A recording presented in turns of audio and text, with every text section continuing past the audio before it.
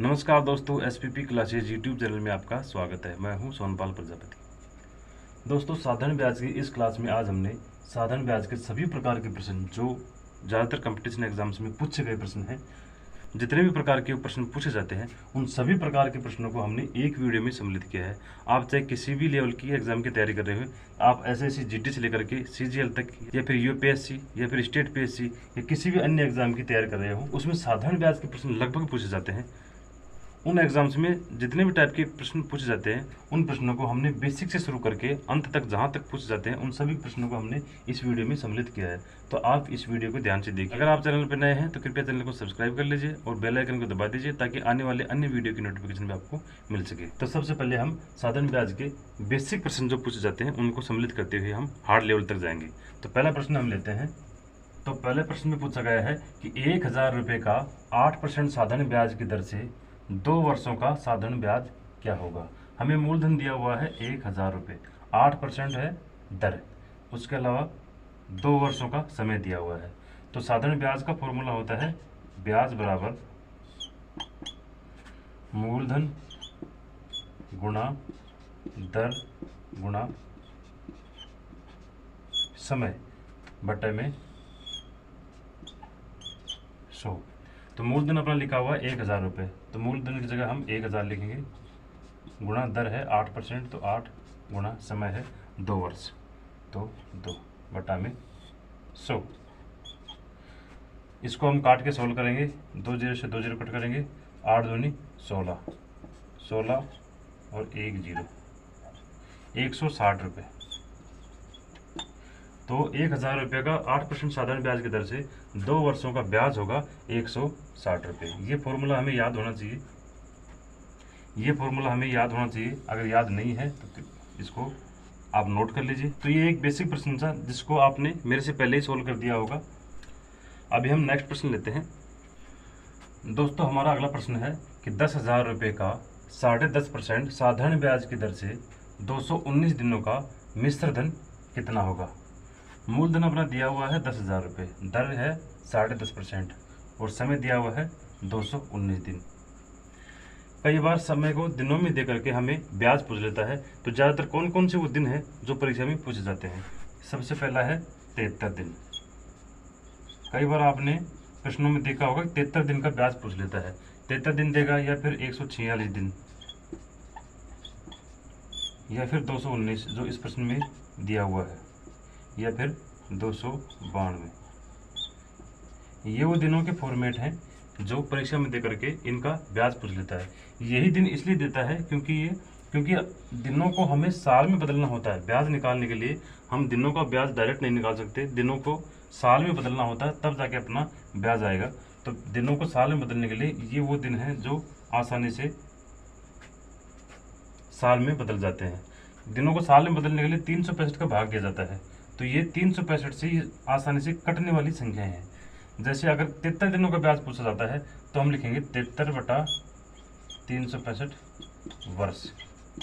73 दिन का इतना वर्ष होगा, तो 73 को काट करके 73 एकम 73, 73 पंजू 365, तो ये होगा 1/5 वर्ष। 73 दिनों का मतलब होता है 1/5 वर्ष। 73 दिन अगर लिखा हुआ कहीं पे, हम उसको काट करके 1/5 वर्ष करेंगे, उसके बाद फिर हम उसका ब्याज निकालेंगे।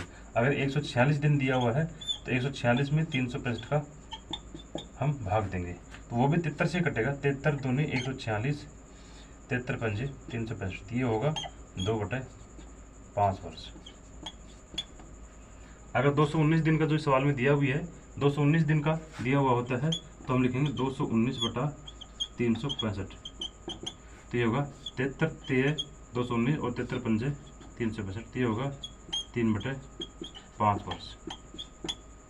अगर 292 दिन का दिया हुआ होता है तो 292 में 3/365 का भाग दे देंगे, तो ये होगा 73 चौके 292, 73 पंजे 365, ये होगा 4/5 वर्ष। तो ये वो फॉर्मेट है जो ज़्यादातर परीक्षा में देकर के दिनों की संख्या देकर के हमें ब्याज पूछ लिया जाता है। तो इस प्रश्न में 219 दिन का ब्याज पूछा है, तो 219 दिन को हम साल में बदल लेंगे, तो 219 बटा 365, ये होगा 3/73 तिया 219 और 73 पंजे 365, तो ये होगा 3/5 वर्ष। तो हम लिखेंगे ब्याज का हमारा फॉर्मूला है ब्याज बराबर मूलधन गुणा दर गुणा समय बटा 100, ये हमारा फॉर्मूला है। तो मूलधन होगा 10,000 रुपये गुणा दर कितनी है 10.5%। 10 सही 1/2 को हम ऐसे भी लिख सकते हैं 10 दूनी 20 और 21, 21/2, 21/2% भी हम लिख सकते हैं। तो हम लिखेंगे इसमें 21/2, 21/2, 21/2 ये दर हो गई और समय हो गया अपना 3/5 वर्ष, 3/5 ये वर्षों में समय होगा। फॉर्मूले में बटा में 100 लिखा हो तो हम लिखेंगे नीचे 100। अभी हम इसको काट के सोल्व करेंगे। 2 0 से 2 0 सबसे पहले कट कर देते हैं। 5 दूनी 10 होगा तो 1 0 और कट जाएगी, तो ये होगा 21 63 और 1 0, 630 रुपये। 630 रुपये ब्याज आया है। हमने ब्याज का फॉर्मूला लगाया था तो 630 रुपये ब्याज आया है। तो हमें पूछा था मिश्र धन, तो मिश्र धन क्या होगा, मिश्र धन का फॉर्मूला क्या है, मिश्र धन का फॉर्मूला है मूलधन प्लस ब्याज। और मूलधन को ब्याज में अगर जोड़ देंगे तो होगा मिश्र धन। तो मूलधन है अपना 10,000 रुपये प्लस ब्याज है 630, तो होगा 10,630 रुपये, ये अपना आंसर। तो इस प्रश्न में ज़्यादा कुछ भी नहीं था, बस 219 दिनों का हमें साल में बदलना पड़ा और जो दर थी उसको साधारण भिन्न में बदल करके हमने इसका आंसर फॉर्मूले में डाल के इसका आंसर निकाल दिया। अभी हम नेक्स्ट प्रश्न लेते हैं। तो अगला प्रश्न है हमारा कि 2,000 रुपये को किस साधारण ब्याज की दर से उधार दिया जाए कि 5 वर्ष का साधारण ब्याज 1,200 रुपये प्राप्त हो। मूलधन हमें दिया हुआ है 2,000 रुपये, साधारण ब्याज की दर पूछी गई हमसे, दिया हुआ नहीं है, 5 वर्ष का समय दिया हुआ है और साधारण ब्याज दिया हुआ है। हमसे साधारण ब्याज ना पूछ करके साधारण ब्याज की दर पूछिए, ठीक है। हमें एक फॉर्मूला याद है कि ब्याज का फॉर्मूला है मूलधन गुणा दर गुणा समय। ब्याज बराबर मूलधन गुणा दर गुणा समय बटा में 100। एक फॉर्मूला हमें याद करना है सिर्फ, इसके अलावा दर का फॉर्मूला हो या मूलधन का या समय का फॉर्मूला हमें याद करने की आवश्यकता नहीं है, हम अभी खुद बनाएंगे। अभी इसमें साधारण ब्याज की दर पूछिए कि साधारण ब्याज की दर क्या है। ब्याज हमें दिया हुआ है, तो ब्याज का फॉर्मूला अगर हमें याद है और मूलधन का, दर का या समय का किसी का भी अगर फॉर्मूला हमें बनाना है तो हम क्या करेंगे, सबसे पहले सीधा सा एक फॉर्मूला बनाने का एक फॉर्मूला है कि बराबर का जो निशान है उसके सीध में बिल्कुल यहाँ बराबर का निशान लगा दीजिए। अब जिस चीज़ का फॉर्मूला हम बना रहे हैं, चाहे मूलधन का बना रहे हैं या दर का या समय का, अभी साधारण ब्याज की दर पूछी है तो हम एक बार दर का बना लेते हैं। जिस चीज़ का फॉर्मूला हमें पूछा गया है उसको एक तरफ रखिए बराबर के निशान से, बाकी सारी चीज़ों को दूसरी तरफ रखिए। अब इधर पहले से इधर है तो हम इधर रख देते हैं दर, बस दर अकेली यहाँ पे रहेगी, बाकी सारी चीज़ें बराबर के निशान से पलट करके इधर आ जाएंगी। अब साधारण ब्याज पहले से इधर है तो इसको जैसे थी वैसे को वैसे रख देते हैं। ब्याज इधर था पहले से तो हमने ऐसे कैसे जैसे था वैसे को वैसे रख दिया। उसके अलावा जो भी चीज़ें बराबर के निशान से पलट करके इधर आएंगी, वो चीज़ें जो चीज़ नीचे हैं, बटा से नीचे हैं, वो ऊपर होंगी और जो ऊपर हैं वो नीचे होंगी। सबसे पहले हम 100 को अगर ले जाएंगे बराबर निशान से इधर, तो नीचे है तो ये ऊपर चला जाएगा, गुणा में 100 हो जाएगा। अब दर के अलावा कौन कौन सी चीज़ बची है, मूलधन और समय, ये बटा से ऊपर है तो ये नीचे जाएंगे। मूलधन गुणा समय, ये बन गया दर का फॉर्मूला। दर का फॉर्मूला बनाने के लिए सबसे पहले हम बराबर के निशान से सीधे में बराबर का निशान लगाएंगे। उसके बाद जिस चीज़ का फॉर्मूला बनाना है उसको एक तरफ, बाकी सभी चीज़ों को पलट करके दूसरी तरफ ले जाएंगे। इसी प्रकार अगर मूलधन का बनाना होता तो मूलधन को यहाँ रख लेते और बाकी सारी चीज़ों को पलट करके लेफ्ट में ले जाते। इसी प्रकार समय का बनाना होता तो समय का भी यही तरीका है। हमें सिर्फ एक फॉर्मूला याद करना है ब्याज का। ब्याज का फॉर्मूला हमें याद है तो दर का हो या समय का हो या मूलधन का, किसी फॉर्मूले को हमें याद करने की आवश्यकता नहीं है, हम इसको इसी तरह से बना सकते हैं। तो अब दर का फॉर्मूला अपने पास आ ही गया, इसकी दर निकाल देते हैं। दर का फॉर्मूला है ब्याज गुणा 100 मूलधन गुणा समय। तो ब्याज कितना है, सरल ब्याज कितना है 1200 रुपये, 1200 गुणा 100, फॉर्मूले में लिखी हुई है 100, हमने भी लिख दिया। अब मूलधन और समय नीचे लिखेंगे। मूलधन कितना था 2000 रुपये, 2000, और समय था 5 वर्ष, 5। अभी काट पीट के सोल्व करेंगे। 2 जीरो यहाँ कट गई, 1 जीरो यहाँ कट गई, 5 1 5, 5 दूनी 10, इस दो को यहाँ 2 काट देंगे तो ये होगा 12%। ये होगी अपनी 12% साधारण ब्याज। ये वो साधारण ब्याज की दर है जिससे 2000 रुपये का 5 वर्ष का साधारण ब्याज 1200 रुपये होगा। तो इस प्रश्न में हमने ब्याज के अलावा दर, समय और मूलधन का फॉर्मूला बनाना सीख लिया है। तो अगर ऐसे प्रश्न आपके सामने आते हैं एग्जाम में तो आप उनको आसानी से कर दोगे। अभी हम अगला प्रश्न लेते हैं। तो हमारा अगला प्रश्न है कि कोई राशि 8% साधारण ब्याज की दर से कितने समय में तिगुनी हो जाएगी। इसमें ना मूलधन दिया हुआ है, ना समय दिया हुआ है, और ना ब्याज दिया हुआ, कुछ भी नहीं दिया हुआ, सिर्फ दर दी हुई 8%। ये प्रश्न भी बहुत इजी प्रश्न है, देखने में चाहे आपको कितना भी हार्ड लगे। इस प्रश्न को हम 2 तरीकों से सोल्व करेंगे। एक तो साधारण तरीके जो आप 100 रुपये मान करके हम करते हैं, इसके अलावा एक ट्रिक भी इसकी है जो मैं बताऊंगा आपको। सबसे पहले ये लिखा हुआ कि कोई राशि, उस राशि को हम 100 रुपये मान लेते हैं कि माना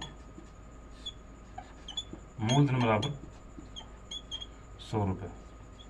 जैसे ही मूलधन 100 रुपये मान लेंगे अपना सब चीज़ें अपने सामने आ जाएगी। दर इसमें लिखी हुई है कितनी 8%। दर अगर 8% आ गई तो समय हमसे पूछा ही है, वो तो लिखने की जरूरत नहीं है क्योंकि वो तो निकालना ही है। तिगुनी हो जाएगी। तिगुनी का मतलब क्या है, जैसे अपने पास मूलधन 100 रुपये है तो कितने समय में तिगुनी। तिगुनी का मतलब क्या है, तिगुनी का मतलब यह है कि ये 100 रुपये जो है ये 300 रुपये बन जाए, तभी तो तिगुनी होगी। तो तिगुनी का मतलब होता है ये 100 रुपये 300 रुपये बन जाए, और 300 रुपये बनने के लिए अपने को कितना ब्याज लेना पड़ेगा।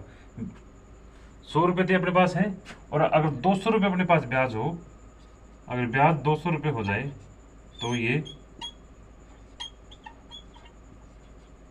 राशि तिगुनी होगी नहीं होगी। और 100 रुपये हमने किसी को दिया है और वापस हम 300 रुपये लेंगे तो 3 गुने रुपये वापस लिया हमने, तो ब्याज अपना हो गया 200 रुपये। मूलधन भी आ गया, दर भी आ गई और ब्याज भी आ गया। अब हम इसका समय आसानी से निकाल देंगे।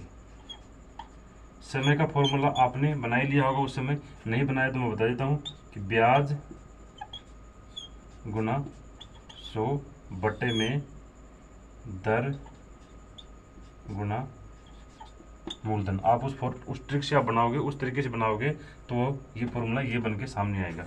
तो ब्याज कितना था 200 रुपये, 200 रुपये गुना 100, दर और समय, दर कितनी 8% दर है, और मूलधन, समय नहीं मूलधन है, ये है 100 रुपये।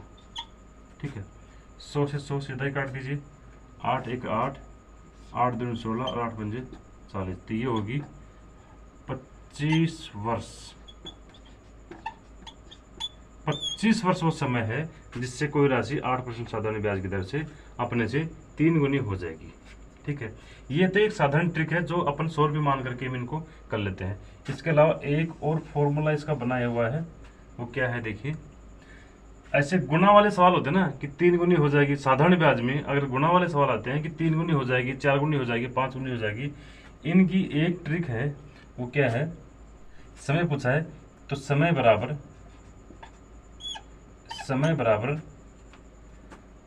n-1/r गुणा में 100। ये लो, n-1/r, r का मतलब रेट है और n का मतलब होता है कितने गुनी। तिगुनी है तो n का मान 3 होगा, n बराबर गुनी, कितनी गुनी है वो n है। तो समय हम निकालेंगे सीधा, n मतलब 3 गुनी है, 3 - 1/r कितना है 8% गुना 100। तो 3 में से अगर 1 होगा तो ये 2/8 होगा, 2/8 गुना 100, 2 चौके 8, 4 को 100 से डिवाइड करेंगे तो ये होगा 25 वर्ष। तो ये वो ट्रिक भी है जिससे हम आसानी से इसका आंसर निकाल सकते हैं। आप दोनों विधियों से अगर सोल्व करेंगे तो दोनों विधियों से कर सकते हैं। आप चाहे थे आपको जोन सी विधि अच्छी लगे आप उनसे आसानी से आंसर निकाल सकते हैं। तो इस प्रश्न को आप आसानी से समझ गए होंगे। इस प्रकार के अगर गुना या गुनी वाले प्रश्न आपके सामने आते हैं तो आप उनको आसानी से सोल्व कर दोगे। देखो इसमें लिखा हुआ है 8% साधारण ब्याज की दर से कितने समय में, दर दी हुई है और समय पूछा है। आपको उल्टा भी कर सकता है कि समय दिया हुआ हो और दर पूछ ले। गुना वाले सवालों में ही अगर समय दिया हुआ हो और दर पूछ ले तो यहाँ तो दर लिख देंगे फॉर्मूले में और यहाँ लिख देंगे समय। जहाँ दर लिखी हुई थी वहाँ समय लिख देंगे और जहाँ समय लिखी हुई थी वहाँ दर लिखेंगे। फॉर्मूला सेम वही है। तो अगर आपको दर दे करके समय पूछ ले या समय दे करके दर पूछ ले तो किसी प्रकार के भी सवाल पूछ ले आपको इस ट्रिक से उसको आसानी से सॉल्व कर देना। अभी हम नेक्स्ट क्वेश्चन लेते हैं। साधारण ब्याज का अपना अगला सवाल है, कोई राशि 5 वर्षों में दुगनी हो जाती है तो कितने वर्षों में चौगुनी हो जाएगी। कोई राशि है, राशि हमें दी हुई नहीं है, सिर्फ समय दिया हुआ है 5 वर्षों में दुगनी हो जाती है तो वो चौगुनी कितने वर्षों में हो जाएगी। इसमें न मूलधन दिया हुआ न ब्याज, कुछ भी नहीं दिया हुआ है, ठीक है। लेकिन अपने पास एक तरीका है, वही अगर मूलधन को 100 रुपये मान लेंगे तो सब चीज़ें अपने सामने होंगी कि माना मूलधन बराबर 100 रुपये।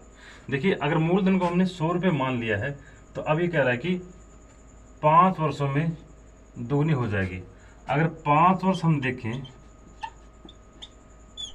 5 वर्षों में वो धन कितना हो रहा है, 5 वर्षों में दोगुनी हो रहा है तो इसका मतलब 5 वर्षों का ब्याज जो है वो 100 रुपये है।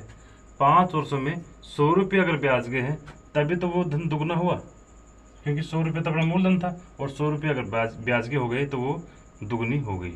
अब ये कह रहा है कि कितने वर्षों में चौगुनी हो जाएगी।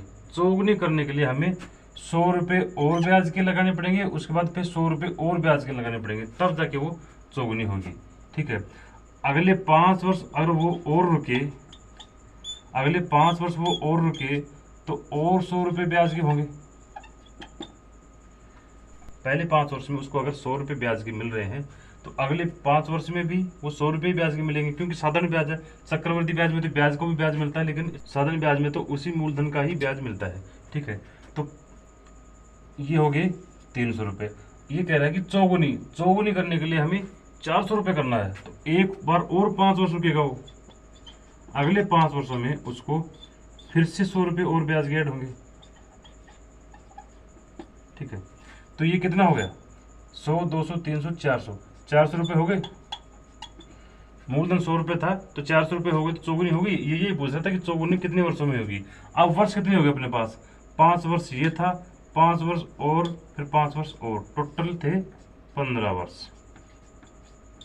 15 वर्ष वो समय है जिसमें वो राशि चौगुनी हो जाएगी। इसमें किसी प्रकार के फॉर्मूले की जरूरत नहीं है, आप इस तरह से इसको आंसर निकाल सकते हैं। अभी नेक्स्ट सवाल लेते हैं। तो हमारा अगला सवाल है कि किसी राशि का साधारण ब्याज मूलधन का 1/4 है और वर्षों की संख्या प्रतिशत दर के बराबर है, तो दर क्या है। कोई राशि है जिसका जो ब्याज है वो मूलधन का 1/4 है और वर्षों की संख्या और रेट यानी टी और रेट, समय और दर दोनों समान है, सेम है, तो दर क्या है। तो सबसे पहले हम इसका मूलधन को 100 रुपये मान लेंगे। मूलधन अगर 100 रुपये है, माना मूलधन अगर 100 रुपये है तो ब्याज कितना होगा, उसका 1/4 है, तो ब्याज हो गया इसका 25 रुपये। 100 का 1/4 25 रुपये हो गया। अब ये कह रहा है कि वर्षों की संख्या और प्रतिशत दर दोनों बराबर है, तो अगर दर पूछा है, अगर दर बराबर x है, दर को अगर हम x मान लें तो समय भी x ही होगा, क्योंकि दर और समय दोनों सेम है। तो हमें पूछा क्या है लास्ट में, किसकी दर क्या है। तो दर का फॉर्मूला क्या है अपना, दर बराबर ब्याज गुणा 100 बटा मूलधन गुणा समय, ये है दर का फॉर्मूला। तो दर हम निकाल लेंगे, दर x, तो x बराबर ब्याज कितना है 25, 25 गुणा 100 बटा में मूलधन कितना है 100 गुणा समय कितना है x, ये भी x है। ये होगा अपना फॉर्मूला। तो जैसे अपनी समीकरण आई थी कि x बराबर 25 गुणा 100 बटा 100 गुणा x, तो इस 100 से इस 100 को काट देंगे। उसके बाद अगर यहाँ बटा 1 लिखेंगे तो अगर क्रॉस मल्टीप्लाई करेंगे तो ये होगा एक्स स्क्वायर बराबर 25। क्रॉस मल्टीप्लाई अगर करते हैं तो ये x इस x से गुणा होगा और ये 25 1 से गुणा होगा, तो ये होगा एक्स स्क्वायर और ये होगा 25।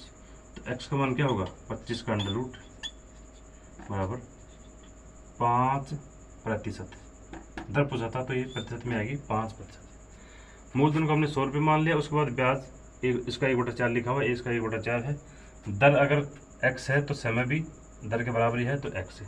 ये हमने फॉर्मूले में इसको सेट कर दिया, सेट करके हमने इसको आंसर निकाल लिया। तो ये होगा 5% दर। अगर समय पूछता तो समय भी इसका 5 वर्ष आता, क्योंकि दर और समय दोनों समान है।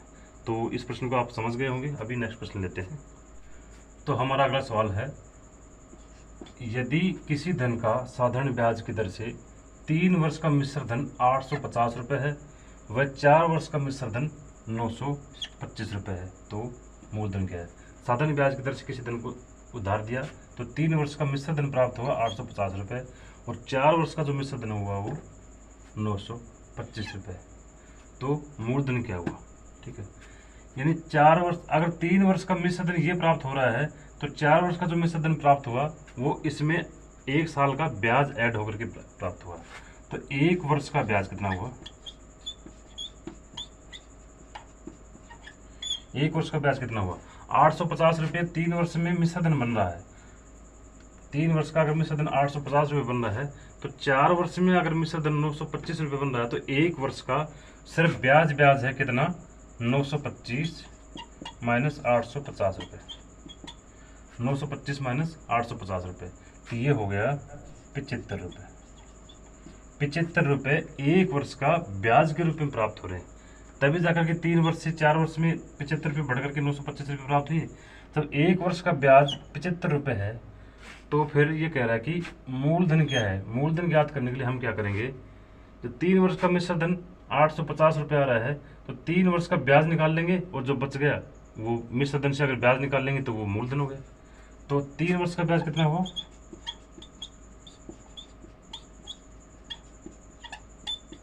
3 वर्ष का ब्याज कितना हुआ 75 रुपये गुणा 3, तो ये हो गया 225 रुपये। अगर 3 वर्ष का ब्याज निकालें तो 75 रुपये 1 साल का हो रहा है ब्याज का, तो 3 वर्ष का 225 रुपये। 3 वर्ष का ही ब्याज है 225 रुपये और 3 वर्ष का मिश्र धन कितना है 850 रुपये। तो मूलधन कितना हो गया 850 में से मिश्र धन में से अगर ब्याज निकालें 225 रुपया तो अपना मूलधन आ जाएगा। मिश्र धन है मिश्र धन में से ब्याज निकालने अपन तो ये होगा 625 रुपये, ये अपना मूलधन। 1 वर्ष का हमने ब्याज निकाल लिया क्योंकि 3 वर्ष और 4 वर्ष का जो डिफरेंस आ रहा था वो 1 वर्ष का ब्याज था। 1 वर्ष का ब्याज था तो हमने 1 वर्ष के ब्याज निकाल कर 3 वर्ष के ब्याज की कैलकुलेशन कर ली। उसके बाद में 3 वर्ष का ब्याज निकाल करके हमने मिश्र धन में से घटा लिया तो वो अपना प्योर मूलधन बच गया 625 रुपये। तो इस प्रश्न को आप समझ गए होंगे। अभी नेक्स्ट प्रश्न करते हैं। हमारा अगला सवाल है, यदि किसी धनराशि पर 5% वार्षिक ब्याज की दर से 4 वर्ष तथा 3 वर्ष के साधारण ब्याज का अंतर 42 रुपये है तो वह धनराशि क्या है। मूलधन हमें दिया हुआ नहीं है, लेकिन ये कह रहा है कि 5% साधारण ब्याज की दर से 3 साल का और 4 साल के ब्याज का जो अंतर जो है वो 42 रुपये है। यानी 3 वर्ष का जो भी ब्याज रहा हो उसके बाद चौथे वर्ष में ब्याज के 1 साल के जो ब्याज हुआ एक्स्ट्रा वो 42 रुपये है। अगर हम 1 साल के ब्याज निकालें तो वो होगा 42 रुपये। अगर समय को हम 1 साल माने, समय अगर 1 वर्ष हो तो 1 वर्ष का ब्याज कितना होगा? 3 वर्ष और 4 वर्ष में 1 वर्ष का अंतर है, तो 1 वर्ष का ब्याज प्राप्त हुआ है 42 रुपये। तो 1 वर्ष का जो ब्याज है वो है 42 रुपये। ठीक है, समय 1 वर्ष अगर है तो ब्याज है 42 रुपये, और दर अपने पास है ही 5% जो प्रश्न में लिखी हुई है। हमें मूलधन निकालना है कि वह धनराशि क्या है। तो मूलधन का अपना पास फॉर्मूला है कि ब्याज गुणा 100 बटा दर गुणा समय। तो ब्याज कितना है इसका? 42 रुपये। 42 गुणा 100 बटे में दर कितनी है? 5% गुणा समय 1 वर्ष। 1 वर्ष का हमने निकाल लिया था ब्याज, तो ये अपना मूलधन आ जाएगा। 5 को काटेंगे तो 20 पंजे 100, 42 दूनी 84 और 1 0। 840 रुपये है अपना मूलधन, जिसका 5% साधारण ब्याज की दर से 4 वर्ष और 3 वर्ष का जो अंतर था वो 42 रुपये है। तो हम 1 वर्ष का जो अंतर दिया हुआ है तो हमने 1 वर्ष का ब्याज निकाल लिया। समय अगर 1 वर्ष कर लिया तो ब्याज 42 रुपये अपने पास आ ही गया। उसके बाद 5% साधारण ब्याज की दर से हमने मूलधन निकाल लिया है। तो इस प्रश्न को आप समझ गए होंगे। आप अगला प्रश्न करते हैं। तो हमारा अगला प्रश्न है कि साधारण ब्याज की दर से कोई राशि 2 वर्ष के लिए उधार दी गई, यदि 1% अधिक दर से दी जाती तो 24 रुपये अधिक ब्याज प्राप्त होता, तो वह धनराशि क्या है? हमें धनराशि पूछी गई है, दर दी हुई नहीं है, लेकिन ये कह रहा है कि 1% अधिक ब्याज से 1% अधिक दर से दी हुई होती तो वह 24 रुपये अधिक प्राप्त होते ब्याज के रूप में। यानी 1% दर का ब्याज है ये 24 रुपये। अगर 1% कम है तो 24 रुपये कम मिल रहे हैं। अगर 1% अगर बढ़ा दी जाती है तो ब्याज के रूप में 24 रुपये अधिक प्राप्त हो रहे हैं 2 साल में। अगर हम दर को 1% ही मान लें तो ब्याज अपना होगा 24 रुपये। तो दर अगर हम 1% मान लें तो ब्याज कितना होगा? 24 रुपये। समय प्रश्न में दिया हुआ है 2 वर्ष। हमें पूछा है वह धनराशि क्या है। धनराशि का फॉर्मूला क्या है? मूलधन बराबर ब्याज गुणा 100 बटे दर गुणा समय। ब्याज कितना अपना 24 रुपये प्राप्त हो रहा था 1% की दर से। 24 रुपये गुणा 100 बटे दर कितनी है? 1%। 1 गुणा समय है 2 वर्षों का। तो अपना मूलधन प्राप्त होगा, ये 12 से कट जाएगी तो ये होगा 1200। 1200 रुपये वो मूलधन है जिसका 1% अधिक ब्याज दिया हुआ था, तो 2 वर्ष का 24 रुपये अधिक ब्याज प्राप्त हो रहा है। तो हमने ये जो डिफरेंस था, जो पिछला सवाल था उसमें डिफरेंस दिया हुआ था, अंतर दिया हुआ था, उसमें समय का अंतर था, इसमें दर का अंतर है, उसके अलावा और कुछ भी नहीं है। तो इस प्रश्न को आप समझ गए होंगे। तो आशा करता हूं दोस्तों इस वीडियो के माध्यम से आप साधारण ब्याज के सभी कंसेप्ट को आप समझ गए होंगे। तो इस वीडियो में साधारण ब्याज के जितने प्रश्न हमने सोल्व किए हैं वो सभी प्रश्न आपको समझ में आ गए होंगे। फिर भी किसी तरह की कोई क्वेरी हो, इन प्रश्नों के अलावा कोई ऐसा प्रश्न हो आपके दिमाग में हो जो आपकी कभी परीक्षा में पूछा गया हो, तो आप कमेंट बॉक्स में कमेंट करें, हम उसका अगले वीडियो में उसको ज़रूर शामिल करेंगे। अगर ये वीडियो आपको पसंद आया तो वीडियो को लाइक कीजिए और कमेंट कीजिए और चैनल को सब्सक्राइब कीजिए और बेल आइकन दबा दीजिए ताकि आने वाली अन्य वीडियो की नोटिफिकेशन सबसे पहले आपको मिल सके। Thank you.